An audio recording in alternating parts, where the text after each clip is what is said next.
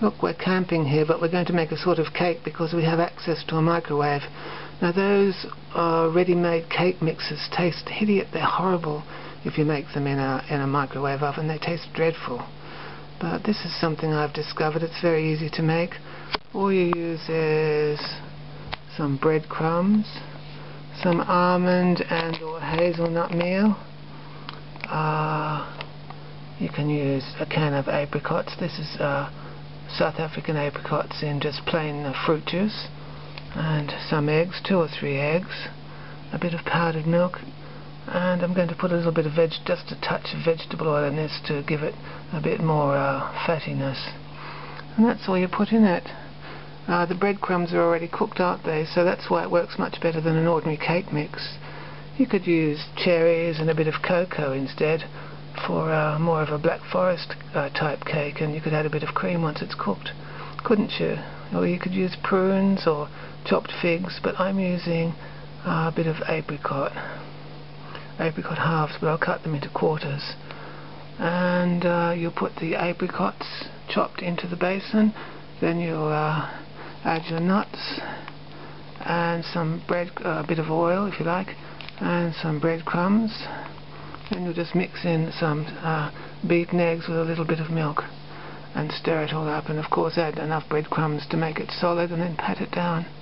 Of course you could add a bit of sugar too if you wanted extra sweetness. Let's have a go now anyway and see how it goes. 1/2 inch of water in a cup, and let's add about what we might do, maybe around 4 teaspoons of milk into 1/2 inch of water. And now we'll break our eggs into that, and that will be our mixture that we stir in at in the final stage of this little cake we're making, or pudding, whatever you'd like to call it.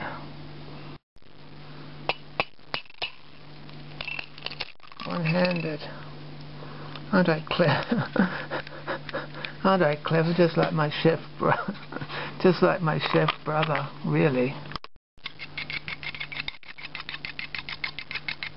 So the egg and milk is pretty much ready for the final stage. We'll stir that in once we've mixed up all the other ingredients, and then we'll be putting it all into the microwave. Here's the apricots in a basin, and there's a little bit of syrup in there. What I'm going to do now is just chop them all up in about half each before I add the rest of the ingredients. That's what I'm going to do. I'm going to chop them up a bit more finely. So I've chopped them up a bit more, a bit smaller. Okay, they've been chopped up. Let's add a little bit of vegetable oil this time. I didn't last time, but this time I'm going to put a little bit of vegetable oil in, just a little bit, to give it a bit more sort of moistness. That should make a difference. Okay, let's add about 1/2 packet of almond meal. What size is the packet? 100 grams. That's what it says, but I don't do any measurements. I just do it all by eyeball, as they say, as all the smart YouTube cooks say. Let's add a bit of hazelnut meal just for fun too. Just a bit. How much? I don't know. 1/4 of a packet maybe of it's a 150 gram packet. The fact is, you want something that's going to be firm once you finish mixing it all up. And I'll stir that in well. So it's a nut, fruit and a bit of oil mixture there. It's all being stirred in. There isn't much to this really. It's not exactly genius, is it? But I don't pretend to be a genius, do I? What a pity, the skylight, it's going dark outside, so not much light's coming in. That's the nuts and fruit and oil mixture. Okay, now we're going to stir in some breadcrumbs. How much, I don't know. I suppose a cupful or something, or 1.5 cups.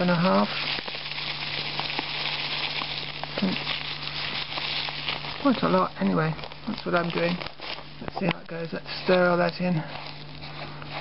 And it's all dry now. We're going to add that batter in a minute. Well, well, the eggs and milk. So we'll stir this well, and then we'll add the eggs and milk and stir that in well, and that's it pretty much. I'll just be cooking it in the microwave for about 8 or 9 minutes on high. So that's all dry and sawdusty looking now. I'll give it a good stir. Okay, that's all been stirred.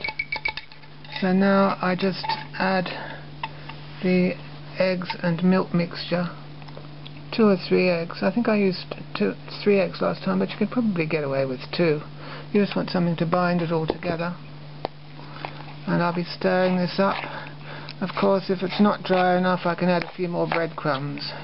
So I'll just stir this up, and if necessary I'll touch it up with a few more breadcrumbs. I'll just stir that for now. Okay, it's not quite as firm as I'd like, so I'm going to be obliged to add a few more breadcrumbs. I want a nice stiff mixture, firm enough to make a nice sort of cake affair. I call it an affair. I don't know if it's a pudding. I suppose you could call it a sort of breadcrumb pudding. I don't know. But I'll stir it now. Okay, adding a few more breadcrumbs here to make a nice firm mixture. And then we'll be patting it down and it'll be ready for the microwave. It's all pretty firm now. You want something stiff and nice. Stiff and nice, yeah. Just about ready to go in.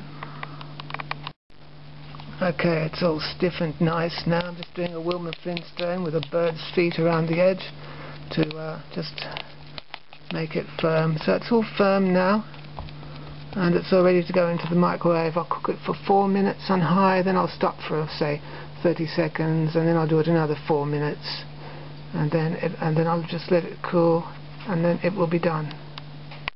A nice firm mixture of apricot, breadcrumbs, etc.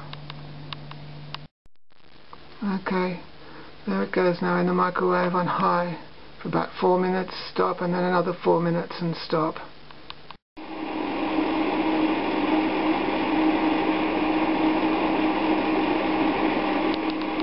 There's a nice little slice. It looks a bit like a cheesecake base or something, doesn't it? Anyway, you can see it's full of fruit, and you could use rhubarb or anything. You could use anything in it, really. It's quite moist and nice. You could put more sugar in it if you wanted. But I don't want to rot my teeth and get fat, do I? It's yummy, and it is moister too, with a little bit of extra oil. And my cat likes it too. See ya.